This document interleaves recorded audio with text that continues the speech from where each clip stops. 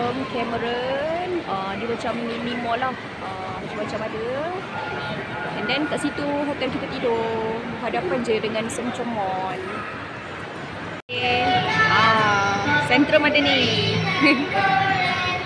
Lagu Didi and Friend.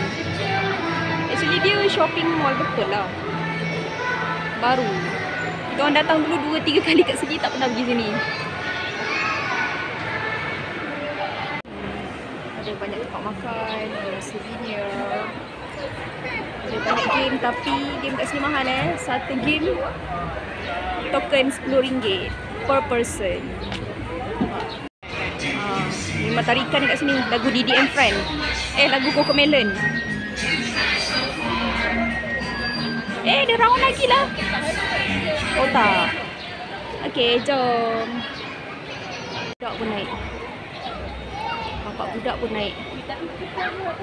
The wheels on the bus go round and round, round and round, round and round. The wheels on the bus go round and round, round and round. The bulldozer goes push and lift, push and lift, push and lift.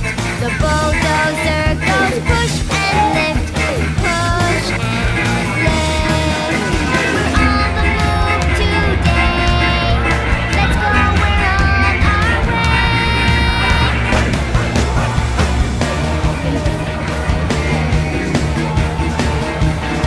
The big tall crane goes up and down, up and down, up and down. The big tall crane goes up and down, up and down. The steamroller goes roll and swoosh, roll and swoosh.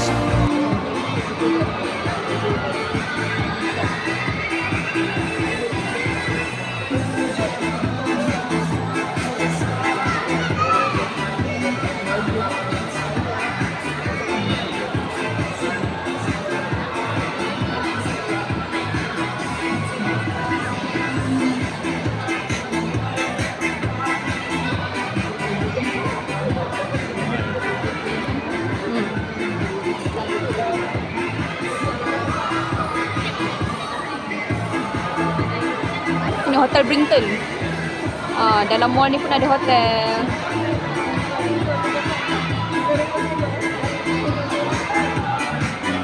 Merry-go-round.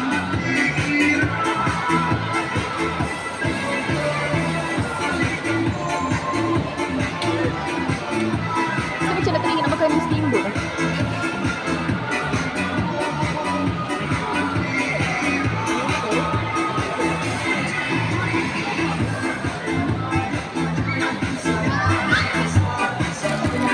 Nasi lemak RM4.9. Termurah dekat Centrum Mall.